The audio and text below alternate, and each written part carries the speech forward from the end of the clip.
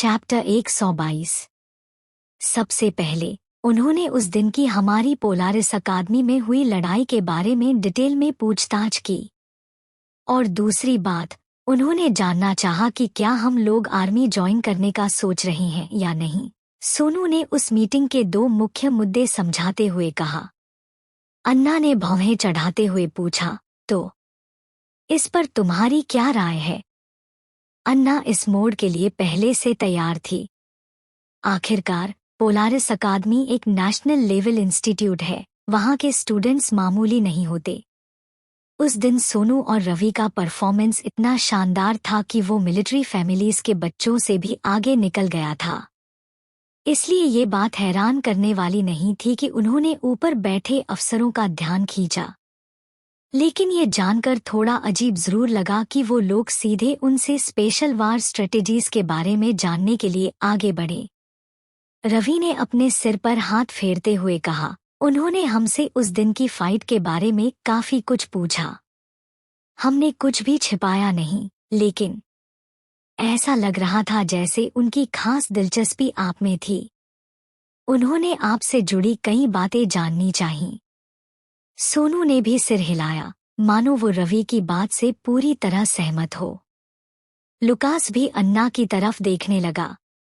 उन्होंने अकादमी के सिक्योरिटी कैमरों की फुटेज एक्सेस कर ली थी, जिसमें उस दिन की तुम्हारी फाइट रिकॉर्ड भी थी। अचानक अन्ना के मन में एक ख्याल आया, क्या उन्हें मैं खास लगती हूँ? और वो भी मिलिट्री डिपार्टमेंट को?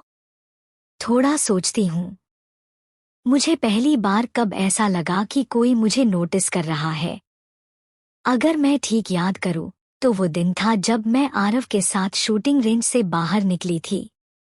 मतलब ये सब वहीं से शुरू हुआ। मैंने शूटिंग रेंज में मौजूद लगभग सभी लोगों से मिल लिया था, और वो सब आम मिलिट्री फैमिली से थे। नहीं, सब नहीं। एक ऐसा इंसान था जिससे मैं कभी मिली नहीं, लेकिन जानती थी कि वो है। बाद में मैंने खुद उस कैमरे को ट्रैक किया जो मेरी हरकतों पर नजर रखे हुए था। अब सब साफ है, वो जो मुझे देख रहा था वो मिलिट्री डिपार्टमेंट से ही था। अन्ना के सोच में डूबे चेहरे को देखकर सब चुप हो गए, जैसे बिना कहे ही ये समझ गए हों कि उसे डिस्टर्ब नहीं करना चाहिए। एक तरह की अनकही अंडरस्टैंडिंग बन गई थी, जिससे सोनू और रवि खुद भी चौंक गए थे। काफी देर सोचने के बाद अन्ना ने सिर उठाया और सोनू और रवि की तरफ देखा। तो क्या तुम लोग आर्मी में जाने के बारे में सोच रहे हो? सोनू और रवि ने एक दूसरे को देखा। उनकी आंखों में थोड़ी झिझक थी। हमने इस बारे में अब तक कुछ सोचा नहीं, रवि ने ईमानदारी से जवाब दिया। अन्ना के होठों पर हल्की मुस्कान थी। अगर मैं चाहूं कि तुम सब सोल्जर बनो तो?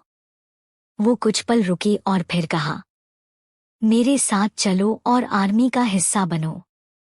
क्या तुम तैयार हो? उसका ये ऑफर सुनते ही वो दोनों थोड़े देर के लिए सन्न रह गए, जैसे उन्हें अचानक किसी गहरी जिम्मेदारी की तरफ धकेल दिया गया हो।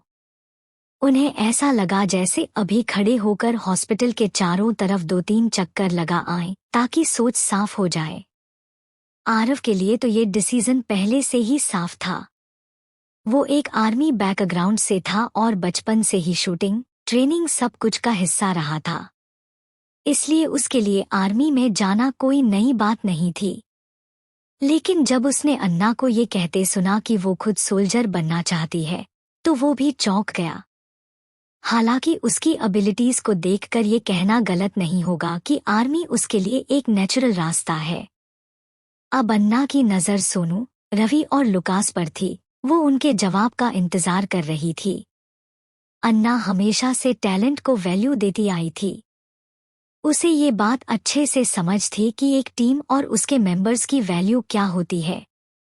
वो पहले भी इंडियन मिलिट्री ईस्ट की टॉप कमांडर रह चुकी थी। तब भी उसके पास एक बेहतरीन टीम थी, हर किसी की एक यूनिक पावर थी। हर फाइट में सबकी अपनी अहमियत होती थी और सबने मिलकर हर जीत को संभव बनाया था। उसे पता था कि किसी भी मिशन में जीत और एफिशिएंसी तभी आ सकती है जब टीम में कोऑर्डिनेशन हो और स्ट्रैटेजी सही से एग्जीक्यूट की जाए। अब जब उसने तय किया है कि उसे इस दुनिया में अपनी पहचान बनानी है, तो अपनी खुद की टीम बनाना उसका पहला कदम था। लुकास ने शांत तरीके से अपने चश्मे को ठीक किया। आप मेरी बॉस हो, इसमें कोई शक नहीं कि मैं आपको फॉलो करूंगा, उसने सिंपल और स्ट्रेट फॉरवर्ड जवाब दिया। लुकास को टेक्नोलॉजी से प्यार था। उसके लिए कंप्यूटर ही सब कुछ था, चाहे वो कहीं भी हो, कोई भी पोजीशन में हो। और उसे कंट्रोल करने वाला अगर कोई था, तो वो सिर्फ अन्ना थी। लुकास के जवाब ने सोनू और रवि को थोड़ा शॉक किया। लुकास वैसे बहुत कम बोलने वाला लड़का था। हाँ, वो उनके क्लासमेट थे, लेकिन उनके बीच इतनी क्लोज अंडरस्टैंडिंग नहीं थी। उन्हें सिर्फ इतना पता था कि लुकास कंप्यूटर का जीनियस है और ज्यादातर टाइम चुप रहता है। अब जब अन्ना ने उसे टीम में शामिल कर लिया है, तो उन्हें हैरानी हुई कि उन्हें इसकी भनक तक नहीं लगी। अन्ना ने लुकास के चेहरे पर फैली हल्की सी मुस्कान देखी। उसे लुकास से यही उम्मीद थी, इसलिए वो जरा भी हैरान नहीं हुई। अब सोनू और रवि सोच में पड़ गए। थोड़ी देर बाद सोनू ने कहा, अन्ना, तुम्हें वो सवाल याद है जो तुमने अंडरग्राउंड मार्केट से बाहर निकलते वक्त हमसे पूछा था? अन्ना ने चुपचाप सिर हिलाया। उसे बहुत अच्छे से याद था। उस सवाल ने मुझे बहुत कुछ सोचने पर मजबूर किया। सच कहूं तो मैं बचपन से ही एक फाइटर रहा हूं, थोड़ा अग्रेसिव भी। मेरे पास सिर्फ एक चीज है, मेरी ताकत। मेरे पापा बॉक्सिंग चैंपियन थे और मैंने बहुत छोटी उम्र से ट्रेनिंग शुरू कर दी थी, बॉक्सिंग और मार्शल आर्ट्स की। मेरी पूरी जिंदगी उसी में गुजर गई। कभी बैठकर ये नहीं सोचा कि मैं फ्यूचर में क्या करना चाहता हूँ। चैप्टर 123। सोनू ने थोड़ी शर्मिंदगी के साथ हंसते हुए कहा, जब उस दिन तुमने मुझसे वो सवाल किया था, तो मैं सच में हैरान रह गया था। लेकिन असल में उस दिन तक मैंने कभी इस बारे में सोचा नहीं था, जब पोलारिस अकेडमी पर हमला हुआ था। हम दोनों ने साथ मिलकर उन किराए के लड़ाकों से लड़ा था। उस वक्त जो लड़ाई तूफान मेरे दिमाग पर हावी हुआ, उस पल मुझे पहली बार लगा कि जिंदगी और मौत से ज्यादा कुछ मायने रखता है। वो चुप हुआ और फिर अन्ना की ओर देखा। उसकी आंखों में गहराई और चमक थी। मैंने कहा था ना कि मैं तुम्हारे वादों की हिफाजत करूंगा। तो फिर ये शायद जिंदगी भर का वादा भी हो सकता है। इसीलिए अन्ना, चाहे सामने दुश्मन हो या मौत, जब तक मैं तुम्हारे साथ हूँ, सिर्फ तुम्हारे एक इशारे पर मैं खड़ा रहूंगा। उसकी आवाज में जोश और जुनून था, जैसे कोई तेज लौ हो जो अस्पताल के उस ठंडे से कमरे को रोशन कर दे। रवि भी जोर से हंसा। मैं भी वही कहना चाहता था जो सोनू ने कहा, लेकिन मैं एक बात और जोड़ना चाहता हूँ। अन्ना, उसके पास ताकत हो सकती है, पर मेरे पास दिमाग है। तो अगर तुमने मुझे चुना, तो तुम कुछ भी नहीं खोओगी। आरव को एक पल के लिए कुछ समझ नहीं आया। उसकी मुट्ठियां भींच गई थी। वो कुछ बोलना चाहता था, लेकिन जैसे उसके गले में कुछ अटक गया हो। उसका ध्यान बस एक ही इंसान पर था, अन्ना। अन्ना जोर से हंसी। उसकी वो हंसी, जिसमें एक अलग ही आत्मविश्वास और ताकत थी। उस पल वो कुछ और ही लग रही थी, जैसे कोई चुंबकीय आकर्षण उसमें समा गया हो। वो पहले से ही बेहद खूबसूरत थी, लेकिन मुस्कुराना उसकी आदत नहीं थी। और जब वो मुस्कुराती भी थी, तो वो हंसी बस औपचारिकता की तरह होती थी। मगर आज उसकी मुस्कान सच्ची थी, गर्म थी, इंसान को अपनी ओर खींचने वाली। एक बार जब तुमने वादा कर लिया, तो फिर पीछे हटने की कोई जगह नहीं है, अन्ना ने मुस्कुराते हुए कहा और सभी की आंखों में देखती गई, हर शब्द पर जोर देती हुई।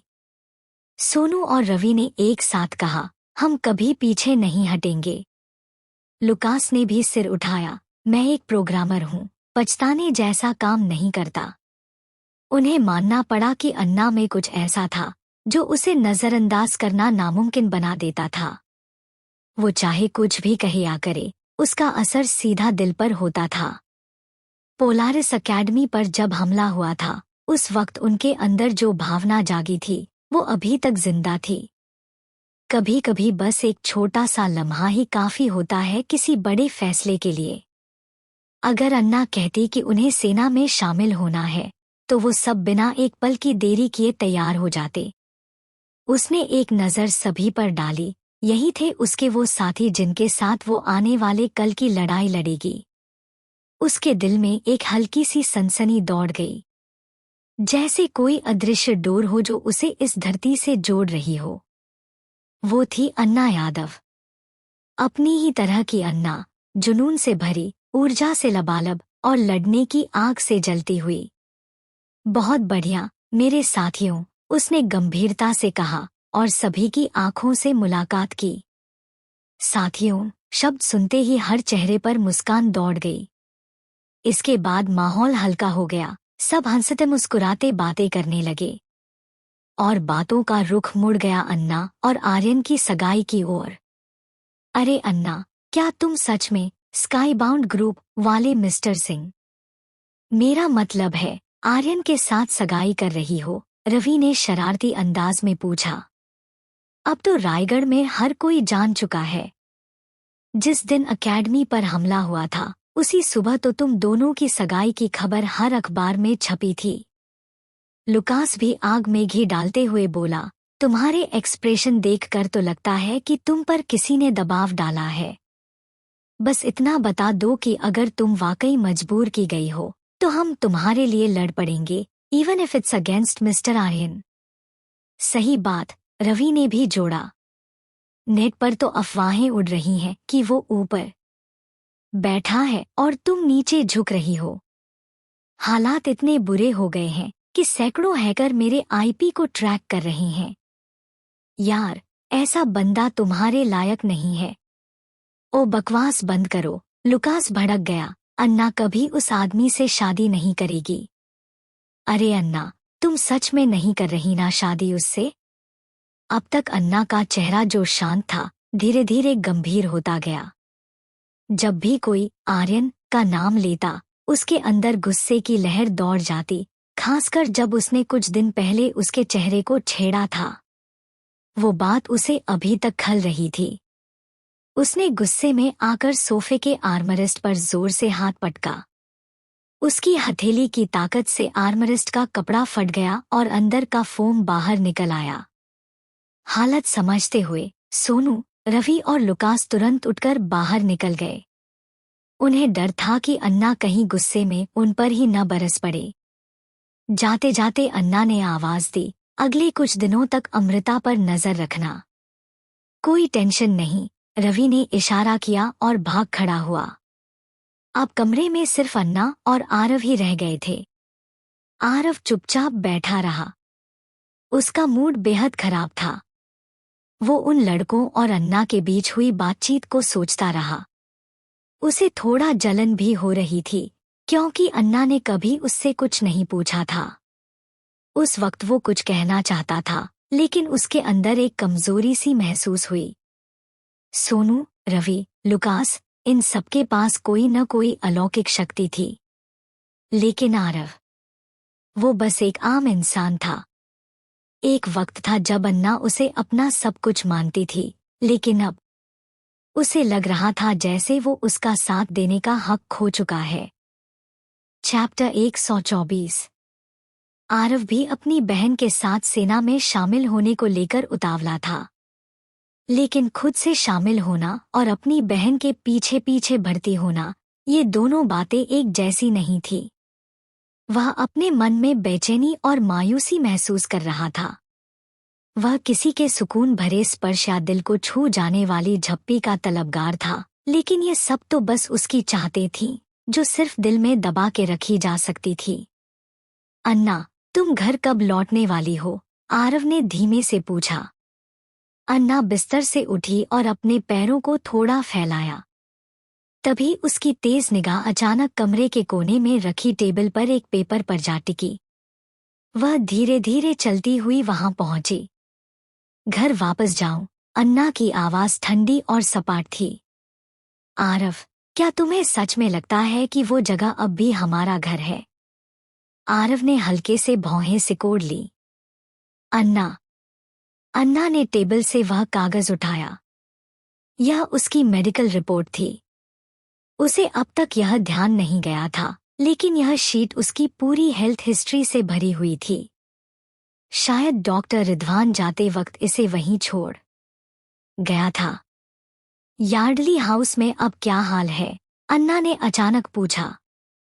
फिलहाल उसके सामने दो बड़े मुद्दे थे। एक, अपनी मां शैलजा की उस एक्सीडेंट की सच्चाई जाननी थी, और दूसरा, अपने हक की विरासत को कानूनी रूप से सुरक्षित करना। हालांकि अधिकार अभी उसके नाम पर थे, लेकिन रायगढ़ के कानूनों के मुताबिक उसे 18 साल का होना जरूरी था ताकि वह लीगल उत्तराधिकारी बन सके। अगले 2 सालों में क्या कोई मुश्किल खड़ी करेगा, इसका अंदाजा लगाना मुश्किल था। पापा कल वापस लौटे। उन्हें बस इतना पता था कि दंगे में लगी चोटों की वजह से तुम हॉस्पिटल में हो। उन्हें डिटेल्स नहीं पता थी, इसलिए उन्होंने ज्यादा कुछ नहीं पूछा। आरव का स्वर हल्का सा खिन्न था। रोहिणी बहुत घबरा गई थी। घर लौटने के बाद उसने पापा और उस औरत के सामने खूब ड्रामा किया, यहाँ तक कि कह डाला कि तुम उसे मारना चाहती थी। अब कुछ दिनों से वो घर पर आराम कर रही है, लेकिन मुझे डर है कि तुम्हारे लौटने के बाद वह फिर से कोई नई मुसीबत खड़ी कर सकती है। आरव ने फिक्र जताई। अन्ना ने रिपोर्ट पढ़ना पूरा किया और कुछ देर तक चुपचाप उसे देखती रही। उसकी आंखों में सोच का असर दिख रहा था। अजीब है, मेरा शरीर कुछ अलग महसूस हो रहा था। अब समझ आ रहा है क्यों। मेरी ताकत और स्पीड में अचानक ये बड़ा बदलाव कैसे आ गया।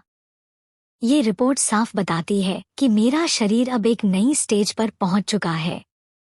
पर अगर मैं अपनी पुरानी ट्रेनिंग फॉलो करती तो भी मुझे इसमें सालों लगते।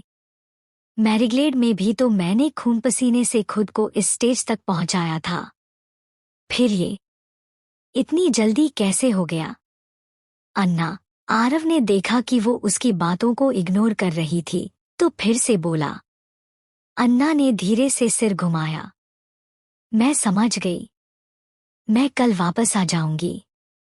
रोहिणी के बारे में आरव अब भी थोड़ा परेशान लग रहा था। असल में उसे डर था कि कहीं रोहिणी की किसी हरकत से अन्ना का गुस्सा न फूट पड़े।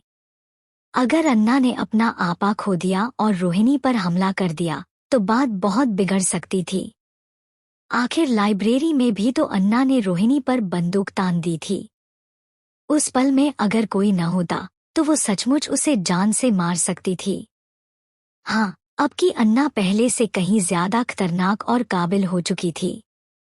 लोग उससे डरते भी थे और उसकी तारीफ भी करते थे। पर आरव को डर था कि कहीं उसकी ये पावर उसकी इंसानियत को निगल ना जाए। वह खुद हमेशा ये मानता था कि शब्दों से ज्यादा असरदार होते हैं काम।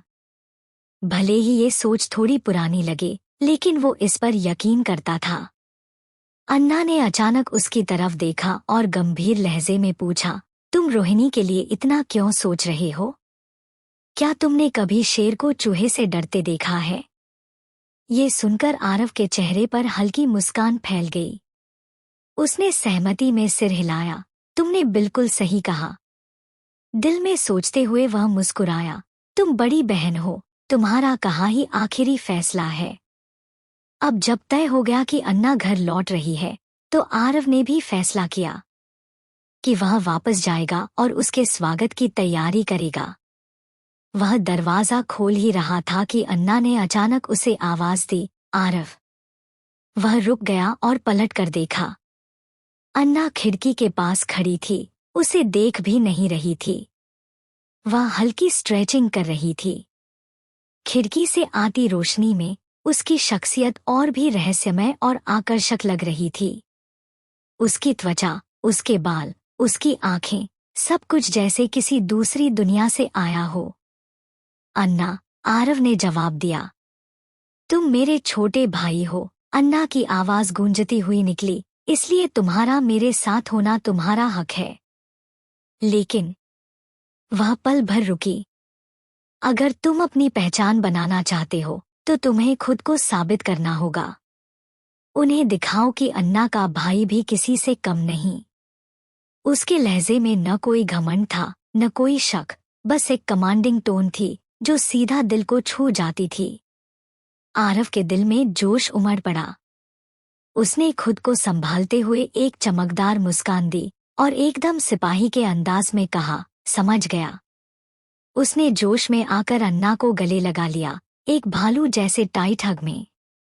और फिर अचानक जैसे होश आया, वो झेंपता हुआ पीछे हटा और तेजी से कमरे से निकल गया। चैप्टर 125। अन्ना थोड़ा चौंक गई और उसने आरव को हल्के से अपने पैर से दूर धकेल दिया। शुक्र है कि उसने खुद को रोक लिया, वरना कुछ ज्यादा हो जाता। उसने देखा कि आरव अंदर से कुछ बेचैन है, इसलिए वो उसे खुश करना चाहती थी, लेकिन उसे समझ ही नहीं आ रहा था कि आखिर आरव इतना परेशान क्यों है। उसने सिर झटका और दोबारा अपनी बॉडी रिकवरी की एक्सरसाइज शुरू कर दी। पिछली बार जब वह बेहोश हो गई थी तो उसका असली कारण ये था कि उसका शरीर उसकी मेंटल एनर्जी के ज्यादा खिंचाव को सह नहीं पाया था। उस दिन उसने अपनी स्पेशल पावर्स को 3 बार एक्टिव किया था। आखिरी बार तब जब उसने राजवीर पर अटैक किया था। उस वक्त प्लेन की स्पीड, हवा की दिशा और दूरी को देखकर आर्यन के लिए हैंडगन से सही निशाना लगाना लगभग नामुमकिन था, चाहे उसका एम या रेंज कितना भी बढ़िया क्यों न हो। इसलिए जब अन्ना ने आखिरी बार हमला किया तो उसने अपनी अंदर की शक्तियों को एक्टिवेट किया। हालांकि उसका फिजिकल स्टेट बहुत अच्छा था और उसकी स्ट्रेंथ हर एंगल से बढ़ चुकी थी, लेकिन जब बात उस शक्ति को कंट्रोल करने की आती तो वो अभी भी पीछे रह जाती थी। ऐसा लगता था जैसे उसका शरीर एक बर्तन हो जिसकी बाहरी सतह तो मजबूत हो चुकी थी, मगर अंदर से वो अभी भी खाली था, नाजुक, अधूरा। इसलिए वो अपनी अलौकिक शक्तियों को पूरी तरह से कंट्रोल नहीं कर पा रही थी, जबकि उसका शरीर अब ऐसा करने के काबिल होना चाहिए था। इतना ही नहीं, उसकी ये शक्तियां और भी ज्यादा बढ़ाई जा सकती थी। पहले वो अपने इमोशनल ट्रिगर्स और इमरजेंसी सिचुएशंस में खुद को पुश करके इन्हें बढ़ाती थी, मगर अब उसे आगे बढ़ते रहना था, बस चलते रहना था। आरव के जाने के बाद अन्ना ने सोचा कि अगला दिन वो पूरा आराम करेगी और फिर यार्डली हाउस लौटेगी। लेकिन उसी दिन हॉस्पिटल के वार्ड में एक ऐसा शख्स दाखिल हुआ जिसकी उम्मीद उसने बिल्कुल नहीं की थी। उसके सामने खड़ा आदमी ट्रेडिशनल कुर्ता पायजामा पहने हुए था, जो उसकी उम्र लगभग 50 से 60 साल के हिसाब से बहुत ज्यादा हेल्दी और एनर्जेटिक लग रहा था। उसके बालों में कुछ सफेदी दिख रही थी, पर उसकी आंखों में ऐसी शांति और सख्ती दोनों थी जो किसी पावरफुल इंसान में होती है। उसके हाथ में एक डिजाइनर स्टिक थी, स्टाइल और पावर दोनों का सिंबल। मगर जैसे ही उसकी नजर अन्ना पर पड़ी, उसके चेहरे पर सख्ती की जगह एक गहरा अपनापन और चिंता उभर आई। नाना जी। अन्ना तुरंत सीधी खड़ी हो गई, सिर झुकाया। सच में वह इंसान और कोई नहीं बल्कि अन्ना के नाना शिवकांत थे। अन्ना की हालत देखकर शिवकांत का चेहरा सख्त हो गया और वो गुस्से में बड़बड़ाने लगे, क्या यार्डली फैमिली वालों ने जानबूझकर तुम्हें ऐसा बनाया है? क्या यही उनका आर्मी स्टाइल है, बच्चों को इन बेवकूफियों में झोंक देना? देखो मेरी नातिन का क्या हाल कर दिया है। अन्ना एक पल को सन्न रह गई। नाना जी किस बारे में बात कर रही हैं? अन्ना के सीधे और आर्मी जैसे स्टाइल को देखकर शिवकांत और चिढ़ गए। अन्ना, तुम एक लड़की हो। देखो उन्होंने तुम्हें क्या बना दिया है। तुम्हारे बाल इतने छोटे हैं कि मुझे लगा मेरा कोई पोता खड़ा है। और इतनी सीधी क्यों खड़ी हो? आराम से बैठकर बात नहीं कर सकती? या लेटकर? अरविंद और उसके जैसे लोगों को फॉलो करना बंद करो, आर्मी नहीं हो तुम। अपनी बेटी की मौत के बाद से शिवकांत को यार्डली फैमिली से बेहद नफरत हो गई थी। उन्होंने शुरुआत से ही वो शादी पसंद नहीं की थी और उन्हें अरविंद कभी भी ठीक नहीं लगा। जब 15 साल पहले शैलजा की मौत हुई थी तो अरविंद ने कुछ ही समय में दूसरी शादी कर ली थी। शिवकांत ने अगर उसे उस वक्त नहीं पीटा था तो वो सिर्फ उनके कंट्रोल का ही सबूत था।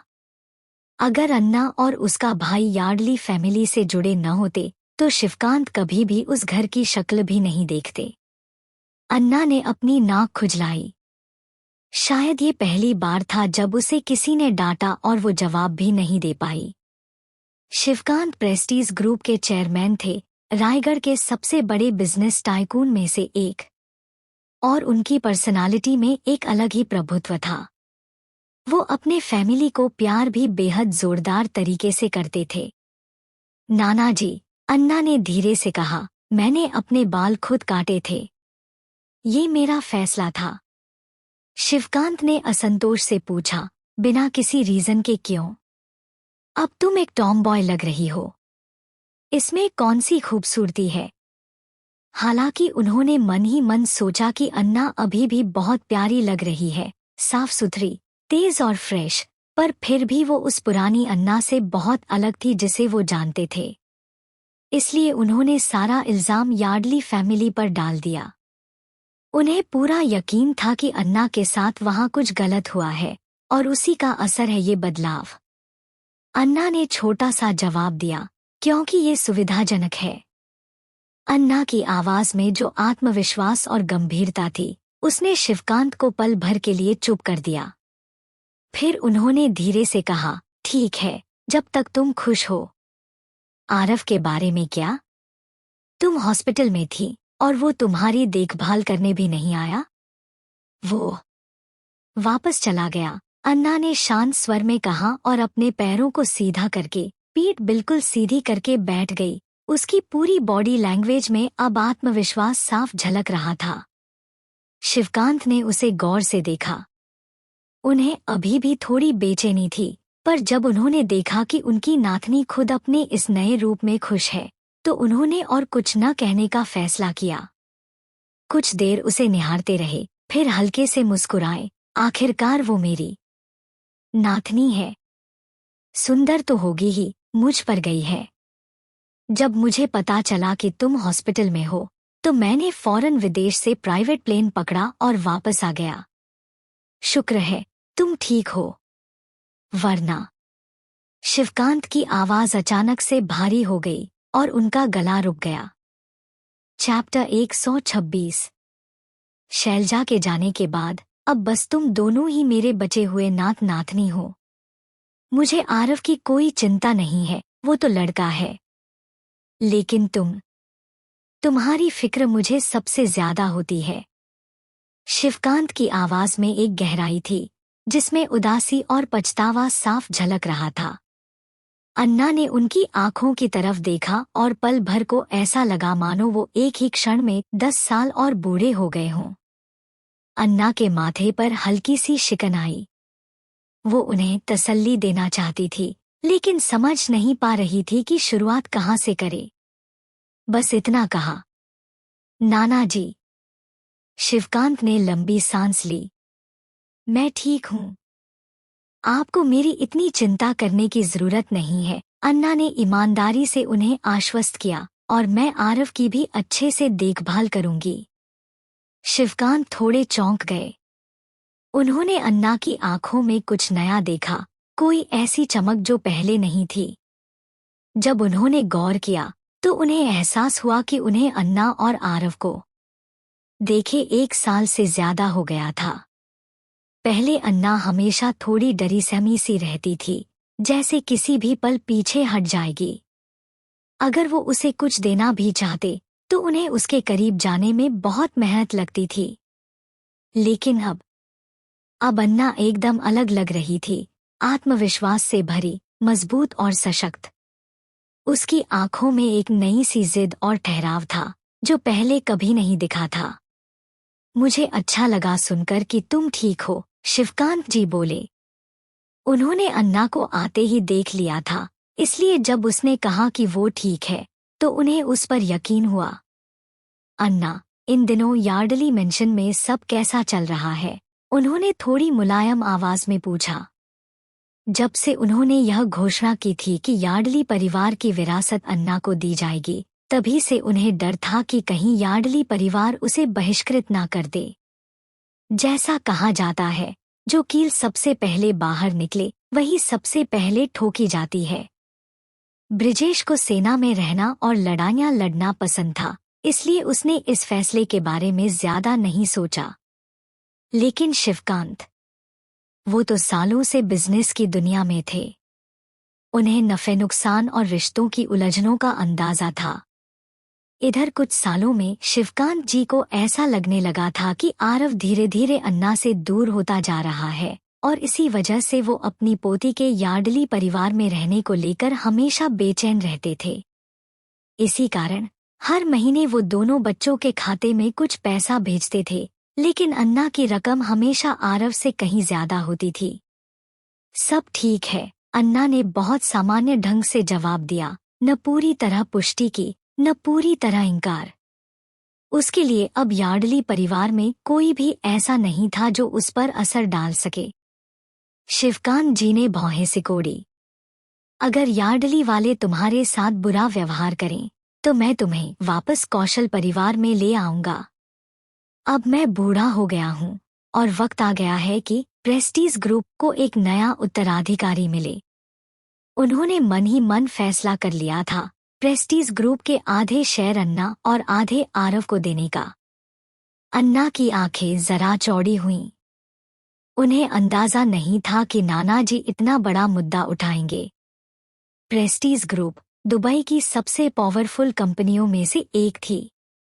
रायगढ़ जैसे शहर में भी, जहां अमीरों की भरमार थी, कौशल परिवार की ताकत कोई चुनौती नहीं दे सकता था। नाना जी, आप अभी भी बिल्कुल ठीक हैं। उत्तराधिकार की बातें अभी थोड़ी जल्दी नहीं होंगी, अन्ना ने मुस्कुराते हुए कहा। मैं यार्डली परिवार को छोड़ने का सोच रही हूँ, लेकिन उसकी वजह वो लोग नहीं है। फिर अन्ना की आवाज में अचानक एक दृढ़ता आ गई। नाना जी, कृपया मुझ पर भरोसा रखिए। मैं खुद की हिफाजत कर सकती हूँ, आरव को भी सुरक्षित रख सकती हूँ, और उन सालों पहले जो हमारी माँ के साथ हादसा हुआ, उसकी सच्चाई भी सामने ला सकती हूँ। सच्चाई? शिवकांत एकदम सतर्क हो गए। उन्होंने महसूस किया कि अन्ना असली मुद्दे पर आ गई है। अन्ना, तुमने क्या पता लगाया है? अन्ना ने शांत लेकिन ठोस लहजे में बात की। नाना जी, मैं आपसे उस एक्सीडेंट के बारे में पूछना चाहती थी, लेकिन हर बार किसी वजह से बात टल जाती थी। जैसे ही शैलजा का नाम आया, शिवकांत की सांसें तेज हो गईं। वो बेताबी से अन्ना के अगले शब्दों का इंतजार करने लगे। मैं सबसे पहले आपकी राय सुनना चाहती हूँ, अन्ना ने कहा, और उस साल की घटनाओं के बारे में भी। शिवकांत ने उसकी ओर देखा। अन्ना सीधी बैठी थी, उसकी आंखों में गंभीरता और कुछ तीखा सा भाव था, जैसे उन सवालों ने पुराने जख्मों को फिर से कुरेद दिया हो। 15 साल पहले जब मुझे तुम्हारी माँ की दुर्घटना की खबर मिली, तब तक उन्हें अंतिम संस्कार के लिए भिजवा दिया गया था। मैं सिर्फ उनकी राख देख सका। उन्हें आखिरी बार देखने तक का मौका नहीं मिला। वो कमीना अरविंद, उसने मेरे पहुंचने से पहले ही उनका अंतिम संस्कार कर दिया था। मुझे आखिरी बार अपनी बेटी को देख भी नहीं सका। जैसे ही वो किस्सा याद आया, शिवकांत की आंखें लाल हो गईं। उस वक्त मुझे शक हुआ था। अरविंद कभी भरोसे के लायक नहीं था, वो हमेशा औरतों के पीछे भागता था। मैं नहीं जानता कि शैलजा के साथ उसका क्या प्लान था। मैंने खुद ट्रांसपोर्ट विभाग में जाकर सब कुछ खंगालने की कोशिश की थी, लेकिन जो फुटेज मिला उसमें सब कुछ एक नॉर्मल एक्सीडेंट जैसा ही था। ड्राइवर पकड़ा गया था और मारा भी गया। केस वहीं बंद कर दिया गया। मुझे हमेशा शक रहा, लेकिन कोई सबूत नहीं था। बस एक अनसुलझा राज बनकर रह गया। अन्ना ने गौर से सुना और फिर पूछा, एक नॉर्मल एक्सीडेंट? शिवकांत थोड़ा चौंके, लेकिन फिर बोले, हाँ, ड्राइवर नशे में था। उसने ब्रेक तक नहीं मारा और सीधा शैलजा की गाड़ी में घुस गया।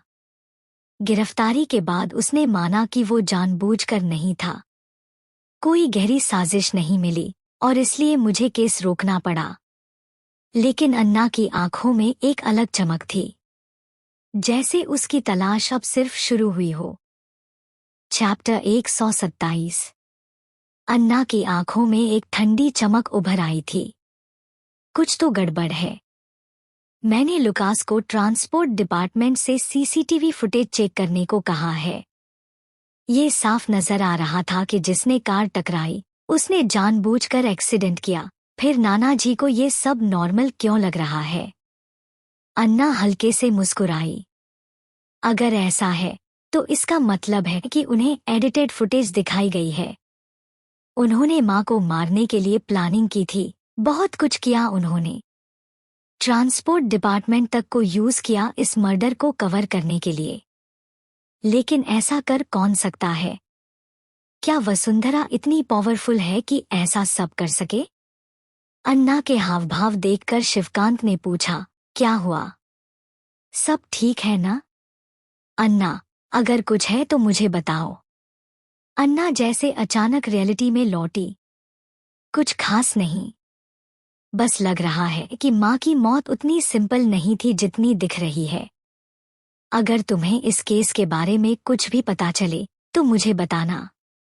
मैं सब संभाल लूंगा, शिवकांत ने सख्त लहजे में कहा। अन्ना ने बस एक शब्द कहा, ठीक है, फिर वो चुप हो गई। इस वक्त उसके पास कोई ठोस प्रूफ नहीं था और केस अभी सुलझने से काफी दूर था। इसलिए उसने तय किया कि जो बातें उसने अभी अभी नानाजी के साथ शेयर की हैं, वो फिलहाल उनके साथ शेयर न करे। शिवकांत थोड़ी देर चुप रहा। उसे लग रहा था जैसे अन्ना कुछ छिपा रही हो। क्या वो कुछ ऐसा जान गई है जो वो मुझसे नहीं कहना चाहती? काफी देर इंतजार करने के बाद भी जब अन्ना कुछ नहीं बोली तो शिवकांत ने पूछना छोड़ दिया। लेकिन अंदर ही अंदर उसे पूरा यकीन था कि उसकी नाथनी वो लड़की है जो न सिर्फ खुद को बल्कि आरव को भी बचा सकती है और इस एक्सीडेंट के पीछे की सच्चाई को सामने ला सकती है। उसने एक गहरी सांस ली और सोच लिया कि जब वक्त आएगा सच्चाई खुद सामने आ जाएगी। अन्ना, शिवकांत को कुछ याद आया। अन्ना ने सिर उठाया और उनकी तरफ देखा। जब मैं वापस देश लौटा तो हर जगह तुम्हारी और आर्यन, स्काई बाउंड ग्रुप के सीईओ की सगाई की खबर छाई हुई थी। ये सब क्या चल रहा है? उन्होंने पूछा। अन्ना की हॉस्पिटल में भर्ती की खबर सुनकर शिवकांत जल्दबाजी में देश लौट आया था। लेकिन लौटते ही उसे मीडिया और सोशल साइट्स पर आर्यन और अन्ना की सगाई की न्यूज़ हर जगह देखने को मिली। तभी उसे समझ आया कि रायगढ़ का पूरा एलीट क्लास इस खबर को पहले से जानता था। चारों तरफ इस सगाई की चर्चा हो रही थी। बिजनेस वर्ल्ड में कई साल बिताने के बाद शिवकांत सिंह फैमिली और स्काई बाउंड ग्रुप के बारे में पहले ही सुन चुका था। सिंह फैमिली कोई आम घराना नहीं था। वे रायगढ़ के सबसे टॉप क्लास परिवारों में से एक थे। असल में वो रात की सबसे ताकतवर फैमिलीज में गिने जाते थे। तो अब शिवकांत हैरान था, उसकी नाता का इनसे क्या रिश्ता? नाना जी का सवाल सुनकर अन्ना की भौहें हल्की सिकुड़ गईं। यह देखकर शिवकांत ने फिर कहा, अन्ना, मैं कुछ पूछ रहा हूँ। अन्ना के चेहरे पर टेंशन साफ दिख रही थी। फिर उसने धीरे से कहा, इस बात को इग्नोर कर दीजिए। शिवकांत स्तब्ध रह गया। जब बात तुम्हारी सगाई की हो तो मैं कैसे इग्नोर कर दूं? उन्होंने फिर कोशिश की। लेकिन मिस्टर सिंह के साथ तुम्हारी यह सगाई। वापसी पर उन्होंने इस मसले की पड़ताल करवाई थी और पता चला था कि सिंघानिया फैमिली के साथ अन्ना का पुराना एंगेजमेंट तोड़ दिया गया है। असल में अगर सिंह फैमिली वाकई अन्ना से शादी करना चाहती थी तो वो खुद इस रिश्ते को पूरा सपोर्ट करता। लेकिन अन्ना ने गहरी सांस ली। उसके चेहरे पर एक और ठंडी परछाई आ गई। आर्यन का वो घमंडी चेहरा उसकी आंखों के सामने घूम गया। वो गहरी आवाज में बोली, मैं इस मसले को खुद हैंडल कर लूंगी। अन्ना के जवाब और उसके टोन से शिवकांत, जो बिजनेस की दुनिया में डोमिनेट करने का आदी था, कुछ सेकंड के लिए रुक गया। ठीक है, शिवकांत ने सिर हिलाते हुए कहा। उसे नहीं पता था कि हालात अब पहले जैसे नहीं थे। जब वो वार्ड में आया था तब वो कंट्रोल में था, लेकिन अब तस्वीर बदल चुकी थी। बिना जाने ही वो अन्ना के फ्लो में बह गया था और अब वही इस पूरे मामले की डायरेक्शन तय कर रही थी। और जब तक उसे ये सब समझ आता, बातचीत खत्म हो चुकी थी। रायगढ़ के मिलिट्री डिटेंशन सेंटर में एक सोल्जर हाथ में हैवी मशीन गन लिए एक शख्स के सामने खड़ा हो गया।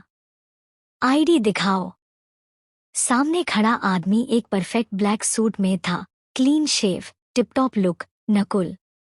उसने अपनी जेब से आईडी निकाली और सोल्जर को दी। सोल्जर ने स्क्रीन पर डिटेल्स चेक की और फिर सैल्यूट करके कार्ड वापस कर दिया। नकुल ने कार्ड को जेब में रखा और जैसे ही सामने के हेवी दरवाजे खुले, वो अंदर दाखिल हो गया। अमृता को अब मिलिट्री ट्राइब्यूनल का सामना करना था। वो एक हाई रिस्क कैदी मानी जा रही थी और इस वजह से उसे अकेले सेल में रखा गया था। अब भी उसने पोलारिस अकादमी की यूनिफॉर्म पहन रखी थी, व्हाइट ब्लाउज, डार्क ब्लेजर और एक प्लीटेड स्कर्ट। उसके बाल 2 पोनीटेल्स में बंधे हुए थे। कोई भी उसे देखता तो यही सोचता कि ये तो कोई मासूम सी स्कूल गर्ल है, बशर्ते उसके पास कोई गन न हो। चैप्टर 128। जब नकुल कमरे से बाहर निगरानी वाले कॉरिडोर में पहुंचा तो उसका दिल सिहर उठा। वहां अमृता उल्टी लटकी हुई थी, जैसे कोई टूटी हुई गुड़िया किसी ने कुर्सी पर टांग दी हो। उसके शरीर पर खून के ताज़ा और सूखे निशान थे, जो इस नज़ारे को और डरावना बना रहे थे। जैसे ही उसने किसी की आहट महसूस की, अमृता अचानक झटके से उठ बैठी और सीधे नकुल की तरफ देखा। उसके प्यारे, मासूम चेहरे पर अचानक मुस्कान फैल गई, एक अजीब सी, मीठी लेकिन बनावटी मुस्कान। ओह नकुल! नकुल ने थकावट से अपना माथा मलते हुए उस पर नजर डाली। उसका चेहरा हमेशा की तरह मासूम था, लेकिन नकुल की आंखों में अब कोई सॉफ्टनेस नहीं थी। वह जानता था, यह वही लड़की है जो मासूमियत की आड़ में तबाही मचा सकती है। उसने सीधी बात कही, मिस्टर त्रिवेदी ने मुझे भेजा है तुम्हारा हालचाल पूछने। उन्हें डर था कि अगर वो खुद आते तो तुम उन्हें गोली मार देती। अमृता की हंसी अचानक गायब हो गई। उसकी मुस्कुराहट फीकी पड़ गई। ओह, उसने मुंह बनाते हुए कहा, और मुझे लगा तुम सिर्फ मुझसे मिलने आए हो। नकुल ने उसे ऐसे देखा जैसे कोई पुरानी किताब पढ़ रहा हो जिसे वो बचपन से जानता है। एक वक्त था जब वह भी उसके मासूम चेहरे और नटखट हंसी पर फिदा हो गया था। वह अकेला बच्चा था और जब पहली बार इस प्यारी सी बच्ची को देखा तो वो उसे बहन की तरह दिल से अपना बैठा। लेकिन जब उसने देखा कि कैसे अमृता ने अपने साथियों को चुपचाप फंसा कर सबक सिखाया, तो उसे एहसास हुआ कि वह बच्ची वैसी बिल्कुल नहीं थी जैसी दिखती थी। उसे याद है, एक बार जब अमृता सिर्फ 6 साल की थी तो उसका अपहरण हो गया था। उसे वापस लाने में 3 महीने लग गए थे। 6 साल की उम्र में जब बच्चे बस यादें बनाना सीखते हैं, अमृता में कुछ अलग लक्षण दिखने लगे थे। बाद में हरीश उसे एक बड़े मेंटल हेल्थ इंस्टीट्यूट ले गए, जहां उसकी साइकोलॉजिकल जांच हुई और पता चला कि उसे एंटी सोशल पर्सनालिटी डिसऑर्डर है। इसके लक्षण थे ज्यादा एग्रेसिव बिहेवियर, शर्म का अभाव और बिना किसी वजह के खतरनाक हरकतें। इसलिए उसे बंदूक रखने की अनुमति कभी नहीं मिली। सच कहें तो कोई भी नहीं चाहेगा कि कोई मेंटली अनस्टेबल इंसान हथियार लेकर खुले में घूमे। हालांकि अमृता, जिसे सबके सामने मासूम बनने में मजा आता था, नकुल के सामने हमेशा शांत और कंट्रोल में रहती थी। वह एक्टिंग जरूर करती थी, लेकिन नकुल पर कभी हमला नहीं करती थी।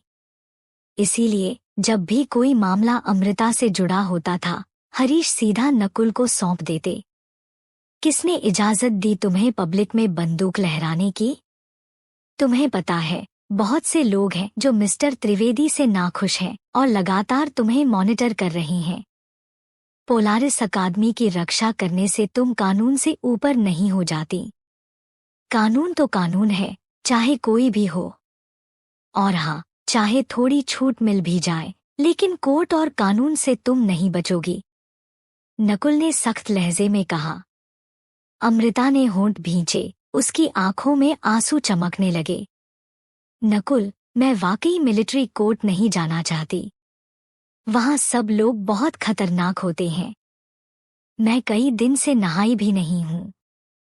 क्या तुम मुझे यहां से ले जा सकते हो? नकुल का दिल थोड़ा सा पिघला, लेकिन जैसे ही उसने उसकी आंखों में शरारती चमक देखी, वह फिर से सख्त हो गया। ड्रामा बंद करो। क्या तुम समझती हो मैं तुम्हें कल मिला हूं? उसने कड़े लहजे में कहा। अमृता ने मासूम सी शक्ल बनाई। नकुल को फिर लगा कि वो बहक सकता है, लेकिन उसने खुद को काबू में रखा। इस बार तुम्हारी किस्मत अच्छी है। किसी ने तुम्हारी तरफ से कदम उठाया है। नकुल और कुछ कहने की हिम्मत नहीं जुटा पाया। बस इतना ही बोला, कुछ दिन में तुम यहां से जा सकती हो।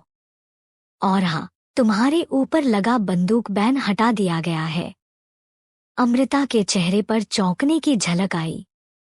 सच में? फिर वह बच्चों की तरह उछलते हुए हंसी। तो अब मैं अन्ना को ढूंढ सकती हूँ। वह खुशी से कुर्सी पर झूलने लगी, जैसे कोई छोटी बच्ची हो। नकुल की भौहें सिकुड़ गईं। अन्ना? क्या वो वाकई अन्ना से इतना प्यार करती है? उसे तो किसी और के लिए इतना अटैचमेंट कभी नहीं दिखा। वैसे मिलिट्री डिपार्टमेंट के किसी आदमी ने फिर से उसके बारे में जानकारी मांगी है। दरअसल वो जनरल अनिकेत हैं। वो पिछली बातों को भूलना चाहते हैं और उन्होंने खास तौर पर तुम्हें मिलिट्री में शामिल होने के लिए कहा है। क्या तुम वाकई इसमें दिलचस्पी नहीं रखती? अमृता ने बिल्कुल उदासीनता से कहा। क्या अन्ना भी सेना में है? अगर अन्ना है तो मैं जरूर जाऊंगी। नकुल चुप रह गया। लगता है ये लड़की अन्ना को लेकर पागल हो चुकी है। वो खड़ा हुआ और बोला, कुछ दिन में मैं किसी को भेजूंगा तुम्हें लेने के लिए। ये कहकर नकुल वहां से निकल गया। उसे अमृता को बचपन से जानने का गुरूर था, लेकिन हर बार जब वह मुसीबत मचाती तो सफाई उसी को देनी पड़ती थी। कई बार उसे लगता ये तो बाप होने से भी ज्यादा थकाऊ काम है। और सबसे ज्यादा उसे इस बात से चिढ़ थी कि अमृता उसे छोड़कर अब अन्ना के लिए इतनी फिक्र करती थी, जिसे उसने ठीक से जाना भी नहीं था। सैन्य हिरासत के दरवाजे से बाहर निकलते हुए नकुल का फोन बजा। उसने देखा, कॉलर आईडी पर आर्यन का नाम था। उसने तुरंत कॉल उठाया। हाँ, आर्यन। सब ठीक हो गया? आर्यन ने पूछा। मैंने उसे सब बता दिया है, टेंशन मत ले, नकुल ने शांत स्वर में कहा, फिर रुककर जोड़ा। Aryan, thank you. Mister Trivedi सालों से अमृता के केस पर मेहनत कर रहे हैं, लेकिन अभी तक रायगढ़ के ऊपरी अधिकारियों की नज़र से उसे पूरी तरह नहीं बचा पाए। अगर तुम न होते। चैप्टर 129। आर्यन ने मजाकिया लहजे में कहा, सोचिए जरा, जो मिस्टर राठौड़, जो हमेशा खूबसूरत लड़कियों से घिरे रहते हैं, फिर भी आज तक सिंगल ही हैं, अगर वो मुझे एक लड़की के लिए थैंक यू कहें तो ये वाकई बहुत अनोखी बात होगी। नकुल ने भौहें सिकोड़ ली।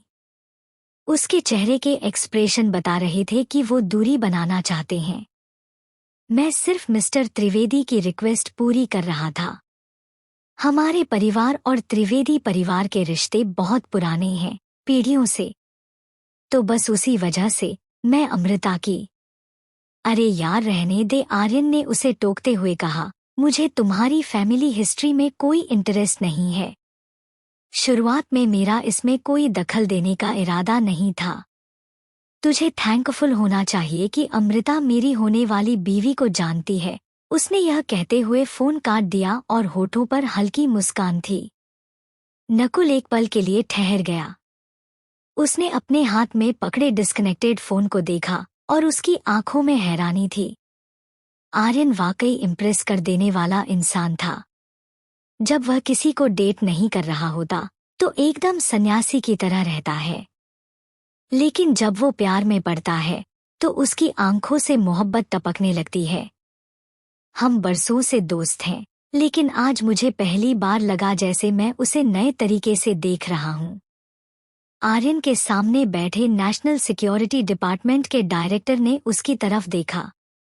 आर्यन जोश में था, उसकी आंखों में चमक थी। डायरेक्टर के चेहरे पर हल्की असहजता आई। अगर आर्यन की पोजीशन इतनी पावरफुल न होती तो शायद डायरेक्टर उसे अब तक बाहर का रास्ता दिखा देता। फोन रखते हुए आर्यन ने माफी मांगने के अंदाज में सिर झुकाया। आपको इंतजार करवाने के लिए सॉरी। उसकी आवाज में जो ईमानदारी थी वो बेहद शांत करने वाली थी।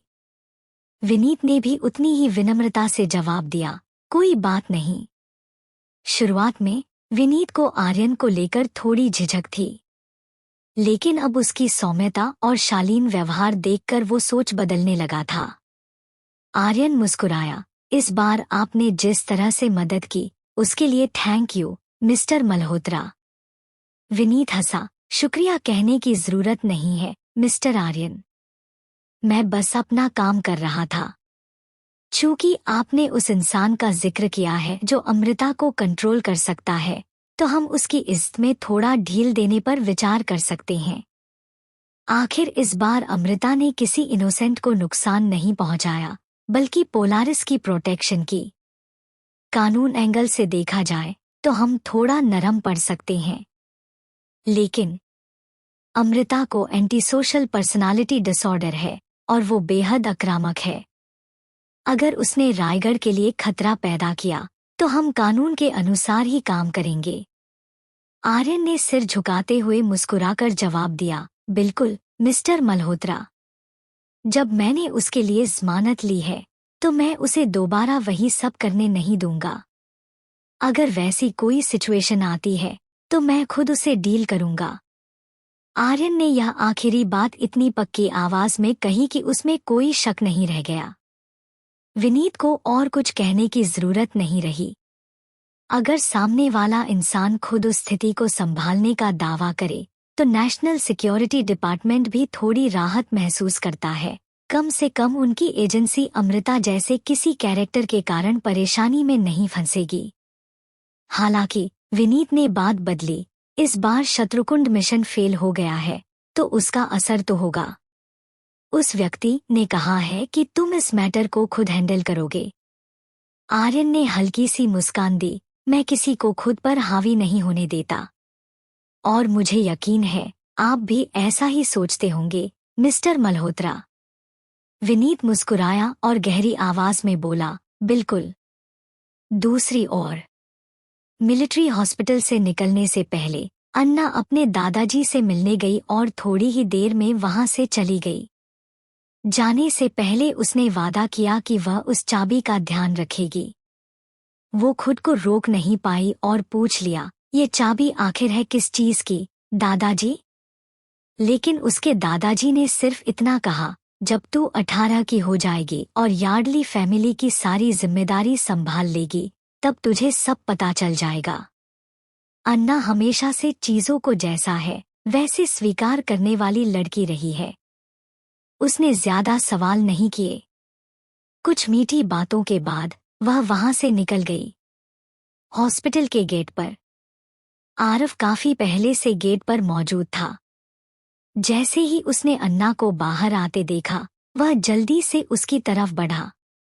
अन्ना, उसने प्यार से पुकारा। आरव, अन्ना ने जवाब दिया और कार की ओर बढ़ने लगी। तभी अचानक एक जोरदार हॉर्न की आवाज आई और दोनों का ध्यान भटक गया। आरव ने मुड़कर देखा, एक जानी पहचानी लग्जरी कार उसके पास आकर रुकी थी। ये लाल फरारी कार थी जिसके सिर्फ 5 यूनिट्स रायगढ़ में मौजूद हैं।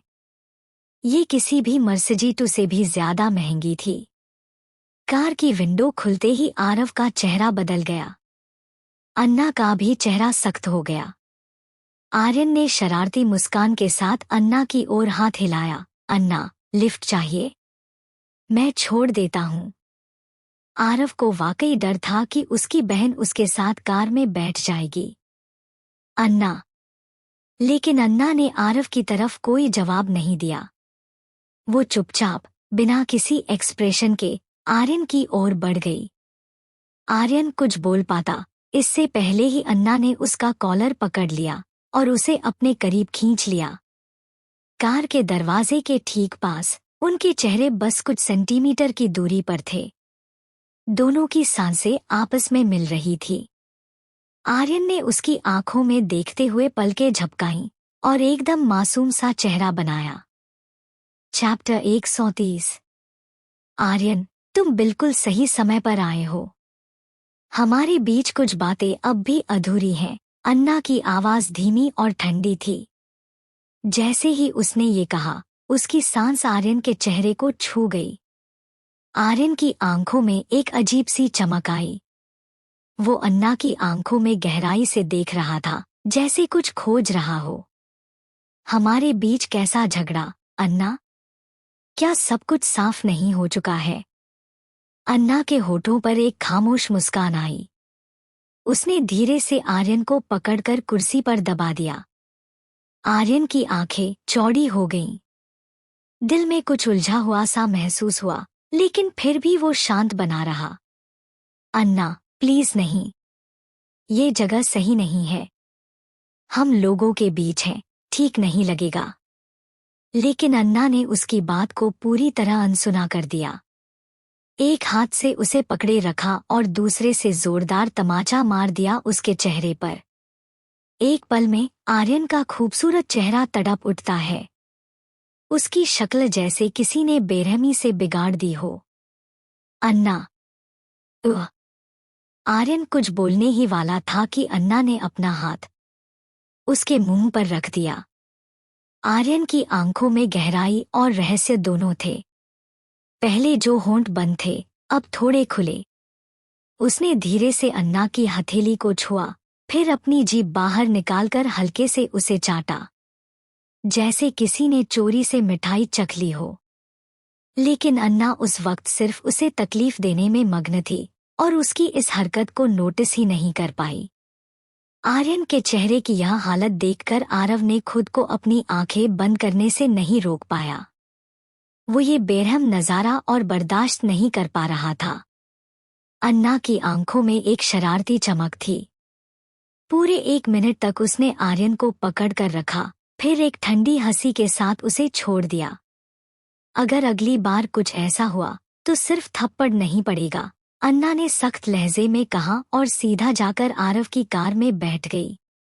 हालात को देखते हुए आरव भी जल्दी से पीछे गया। जाते जाते उसने एक नजर आर्यन पर डाली।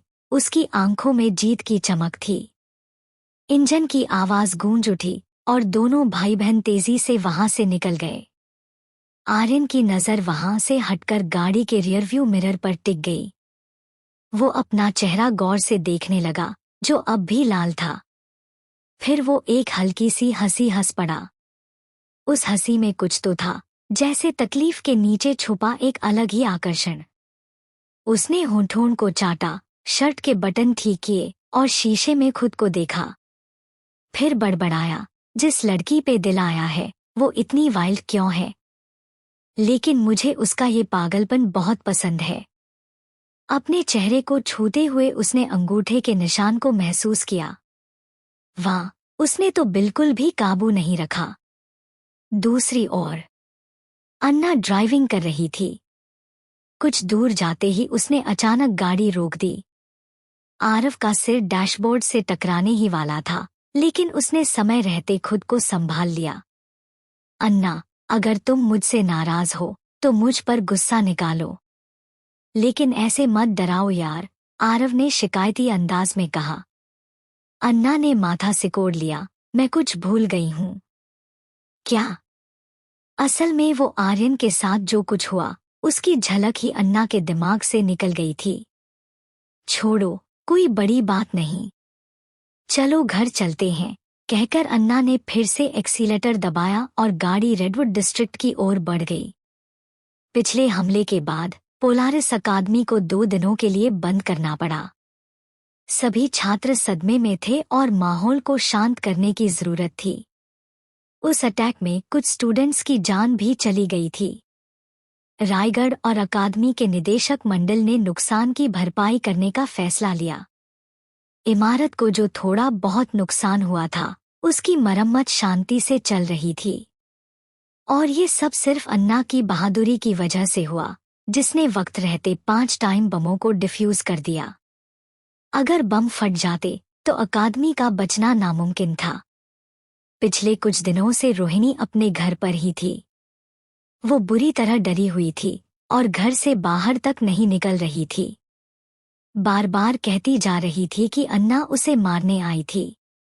अगर आरव ने समय रहते ये साफ नहीं किया होता कि रोहिणी के आरोप सदमे का असर थे और अन्ना को हथियार चलाना तक नहीं आता, तो अरविंद और वसुंधरा तो अन्ना को हॉस्पिटल में ही पकड़ने पहुंच जाते। घर की तरफ लौटते हुए आरव को अस्पताल में अन्ना की बात याद आई। वो और रोहिणी दोनों उनकी बेटियां थीं, लेकिन जब अन्ना घायल होकर अस्पताल में पड़ी थी, तब अरविंद ने उसे देखने तक नहीं आया, बल्कि उल्टा उस पर भरोसा तोड़ दिया, जैसे वो उसकी सगी बेटी है ही नहीं। जब अन्ना और आरव घर लौटे तो वहां सिर्फ शांता और शेरी मौजूद थी।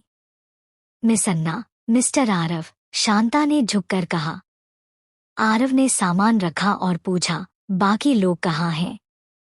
शांता ने जवाब दिया, मिस रोहिणी आज बहुत खुश लग रही थी, इसलिए मिस्टर और मिसेज यार्डली उन्हें बाहर घुमाने ले गए। आरव की भौहें सिकुड़ गईं। दिल के अंदर एक टीस सी उठी, लगता है असली फैमिली वही है। अन्ना और मैं तो बस घर के गेस्ट हैं। चैप्टर 131। अच्छा ही है, मुझे बहस करने का कोई शौक नहीं है, अन्ना ने सीढ़ियां चढ़ते हुए कहा। आरव ने हल्का सा मुंह बनाया, मन ही मन बड़बड़ाया, हाँ, बहस नहीं, लेकिन लड़ाई जरूर पसंद है। रायगढ़ के मिलिट्री हेडक्वार्टर में अनिकेत और कुछ टॉप मिलिट्री अफसर एक साथ मीटिंग रूम में बैठे थे और एक स्पेशल वीडियो क्लिप देख रहे थे। जैसे जैसे वो लोग वीडियो देख रहे थे, कुछ अफसर खुद को रोक नहीं पाए और अचानक खड़े हो गए। उनकी आंखों में एक्साइटमेंट चमक रही थी। अनिकेत चुपचाप सबकी प्रतिक्रिया देख रहा था, आंखों में हल्की सी तसल्ली। उसे वो पल याद आया जब उसने पहली बार ये फुटेज देखी थी, वही तेज धड़कन, वही रोमांच, और उसने सोचा, अगर मैं अकेले इतना एक्साइटेड था तो इन्हें भी उस फीलिंग से गुजरना चाहिए। तभी एक अफसर बोल पड़ा, क्या गजब की स्ट्रैटेजी थी। शांत दिमाग और बिना घबराए हर इंसान को परफेक्टली गाइड किया। इतनी कम उम्र में ऐसा माइंडसेट, ये लड़की वाकई में जीनियस है। समझ नहीं आता कि बिना आर्मी ट्रेनिंग और वॉर एक्सपीरियंस के भी उसके पास इतनी एडवांस स्किल्स कैसे हैं। एक और अफसर अनिकेत से पूछ बैठा, जनरल मिश्रा, ये लड़की आखिर है कौन? क्या ये हमारे स्पेशल फोर्स से ट्रेन हुई है? सभी अफसर अनिकेत की अंडर कमांड में थे, तो बातचीत में ज्यादा फॉर्मेलिटी नहीं थी। अनिकेत ने हल्के में सिर हिलाया और वीडियो स्क्रीन पर उस लड़की की शांत लेकिन मजबूत मौजूदगी को देखते हुए बोला, नहीं, रिपोर्ट के मुताबिक उसने कभी कोई मिलिट्री ट्रेनिंग नहीं ली है। सभी अफसरों ने एक दूसरे को शक भरी नजरों से देखा। ये तो नामुमकिन है, जब तक कि वो वाकई में नेचुरल टैलेंट न हो। अगर आप सच कह रहे हैं, जनरल, तो इसका मतलब ये लड़की तो जन्म से वॉर के लिए बनी है। जनरल मिश्रा, हम ऐसी प्रतिभा को हाथ से जाने नहीं दे सकते। अगर मिलिट्री डिपार्टमेंट के और लोग उस तक पहुंच गए, तो वो उसे हमसे छीन लेंगे। उनकी एक्साइटमेंट के बीच अनिकेत बाहर से शांत दिख रहा था, लेकिन अंदर से वो भी उसी आग में जल रहा था। बस अपने जूनियर ऑफिसर्स के सामने उसे प्रोफेशनल दिखना था। वो बोला, असल में मैंने उसे अपनी बनाई हुई स्पेशल फोर्स यूनिट के लिए चुना है। टेक्निकली उसे डायरेक्ट आर्मी और स्पेशल फोर्स में भर्ती किया जा सकता है, लेकिन फिर भी मैं चाहता था कि पहले सबकी राय ले लूं। सबने एक दूसरे की तरफ देखा, मन ही मन सब यही सोच रहे थे, जनरल तो बस अपने खोजे हुए हीरे की तारीफ सुनना चाहते हैं। ऐसा लग रहा था जैसे उसने कोई खजाना खोज निकाला हो और अब सबको ये प्राउडली बताना जरूरी समझ रहा हो। फिर सबकी तरफ से एक ही आवाज आई, जनरल मिश्रा, वो हर मायने में एक एक्सेप्शनल सोल्जर है। मैं उसकी भर्ती की सिफारिश करता हूँ। मैं भी सपोर्ट करता हूँ। साथ ही जो बाकी बच्चे उसके साथ थे वो भी टैलेंटेड हैं। हम उन्हें कुछ बेसिक ट्रेनिंग दे सकते हैं। अनिकेत ने सिर हिलाया, फिर बोला, अगले साल के एंड तक रायगढ़ मिलिट्री अकादमी की एंट्रीज शुरू हो जाएंगी। रायगढ़ को ऐसे लोगों की जरूरत है जो वहां से क्वालिफाई कर सकें। वो जगह रायगढ़ पर मिलिट्री ट्रेनिंग का सबसे हाई लेवल इंस्टीट्यूट है। हमारा भी फर्ज है कि रायगढ़ के फ्यूचर को संभाल सकने वाले लोगों को वहां भेजें। सभी अफसर अब पूरी गंभीरता से एक दूसरे की तरफ देखने लगे।